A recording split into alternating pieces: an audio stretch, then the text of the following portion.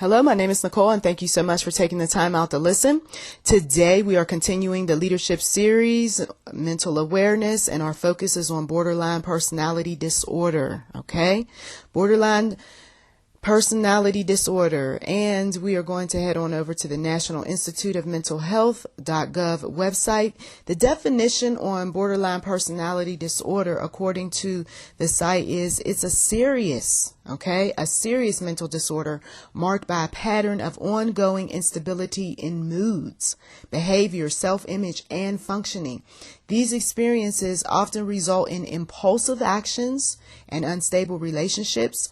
A person with BPD may experience intense episodes of anger, depression, and anxiety that may last, listen to this, from only a few hours to days. Okay? Some people with BPD also have high rates of co-occurring mental disorders, such as mood disorders, anxiety disorders, and eating disorders, along with substance abuse, self-harm, suicidal thinking, and behaviors, and suicide. This borderline personality disorder, you can actually see it with some folks. You can see it with their overeating, okay? You can see it with their chronic episodes of being angry over the littlest of things. You can see it when they are being withdrawn, sad, depressed. They may have their share of conversation that, something's not quite right. And once again, why are ministers putting people who are going through much in these type of positions where they're interacting a lot with the public? No, they need healing. They need counseling. They need resources. Putting them in a service position and they have all of this going on with them is the wrong thing to do. Now, some of these symptoms are frantic efforts to avoid real or imagined abandonment. I was abandoned by my father. I was abandoned by my mother. Okay, there's a key. There's a key point there. Abandonment. So 9 times out of 10, if they are still holding on to the abandonment from parents, friends, and so forth, they're going to feel at times that you're abandoning them over the littlest of things. These people have some unstable relationships with their family members and friends, okay? They at times may be very, very close to them to the point where they're suffocating some family members and friends. But then they'll turn right around and then they have this extreme disdain for them and anger for them, okay? They at times, let's say that, that guy, he's very handsome looking. And you may even say something, wow, you look good today. You look so handsome. What have you? No, I don't. Oh, my goodness. What is wrong with him? Okay. I'm fat. You're not fat. You are fine. You don't have 1 inch of fat on you. You don't see this fat? Some women are like that. You are fit. What are you talking about? Okay. These are subtle signs, but it's God. Once again, he's letting folks tell you who they really are. Okay. Folks are not going to come up and say, hello, I'm schizotypal. Hello, my name is narcissism. Hello, I am bipolar. Oh, I just want you to meet histrionic. Oh, yes. And by the way, I'm borderline. They're not going to come up and tell you these things. This is why you've got to be discerning and pay close attention to their speech and the things that they say and do. These people have impulsive and dangerous behaviors, such as suddenly they're going out here, they're doing some things that is totally against the scriptures. Is going to cause them a lot of heartache and headache. But I still love Jesus, but I like to get my drink on. I want to go over here and I want to meet this guy. That guy is a player. I don't care. They don't use protection. They take chances. They're not driving in ways that make you feel comfortable. You're in the car with them and they take chances. Woo. And you pray the whole way. Please, Jesus, don't let us get into an accident. Okay. They talk about cutting themselves. They talk about having thoughts of suicide. Sometimes they feel so empty. I feel so empty. I feel so alone. Sometimes they just go off. They start yelling and cursing and talking crazy and talking about they're going to beat up somebody and kill somebody and rip them from limb to limb. Okay. And then they have these moments where they just don't want to be bothered with anyone. They just want to cut everybody out of their lives. Okay. And they're worried over stuff. Once again, like that paranoid personality, they're worried over stuff that they shouldn't be worried about. Okay. And it can be anything that triggers these types of things that go on with these people. Okay. You could say something and it may be misconstrued. Somebody could do something and wait a minute. Hold up. What did you mean by that? What did you say? Huh? What? And now they're ready to go and fight somebody. Okay. Borderline personality disorders. They're in the church. Come on now. Somebody better know. And you don't need to be putting people in the back room or over there in the organization, doing any number of things, and they show up. Okay. They might show up with a few of them demons that talk to them and tell them some things. There are those that have those disorders, once again, where there's a voice involved and it's not God. They'll say, oh, no, it's God. No, it's not. Okay. So you got to watch out for this sort of thing. Now, the Bible verses that are out there, okay, about mental illness. It's not, of course, specific. Borderline personality disorder, you're not going to be able to just go to it and find all the scriptures related to it. But there are some scriptures that do talk about mental illness in general, okay? Or they tell us what we should do, whether we're going through or somebody else is going through. Okay.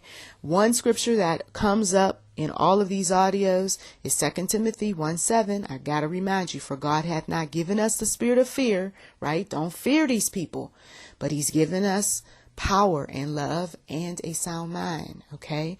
Don't allow these people to get you to a place where you are acting just as difficult as they are. Okay.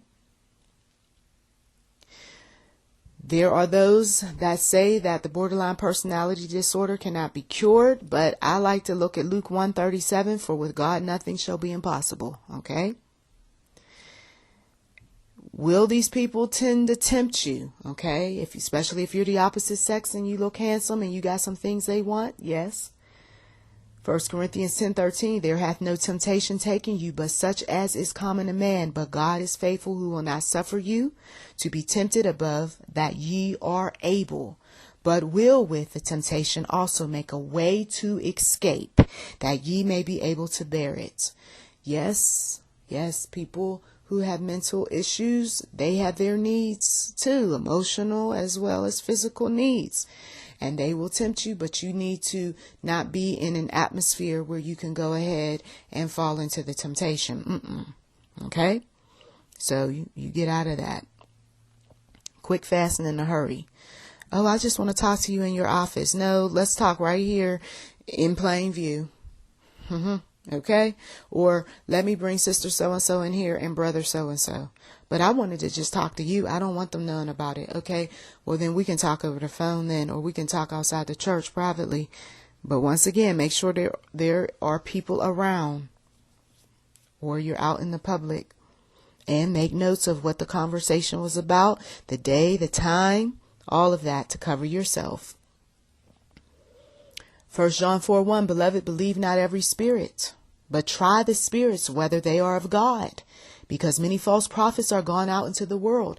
And some of these false prophets have the borderline and the bipolar disorder.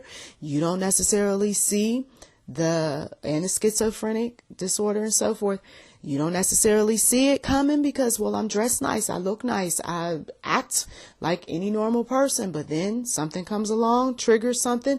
Next thing you know, right? The person is out there. You're not to, once again, be afraid of these people. Joshua 1:9 says, have not I commanded thee? Be strong and of good courage. Be not afraid, neither be thou dismayed, for the Lord thy God is with thee whithersoever thou goest. Make sure that someone is with you if you do feel fearful, because sometimes the demons within some folks will say, I see you. I know who you are and can tell you a whole lot of stuff about yourself. And you're saying to yourself, how is it that they know? Because for some folks, there is demonic activity that is operating in and around them, as I've said in other audio. You are not to allow the temple, your body, to be abused and used by these people. So when you see that they are doing some things or saying some things, and no matter what you say or do, you are not getting through to them, your body is a temple of the Holy Ghost. So you do not put yourself in harm's way at all. And if you got to get police involvement, then you do. If you got to get restraining orders, then you do. Okay? Sometimes the only way that some people are going to get some degree of healing, maybe not completed healing all the way across the board, but at least some degree of healing, is that they've got to be locked up or locked away. Okay? And you might be that one that has to do that. And some of these people are a danger to themselves as well as other folks. And the minute you hear things that are strange and the demon is giving you, whether in or around that person, is giving you something that is chilling, okay? Don't take that lightly. Go to the Lord, pray about what you've heard, and then you're going to have to distance yourself if it's that bad, okay? The borderline personality disorder is one of those disorders that is serious. The professionals say it is serious. It is not to be taken lightly. Okay?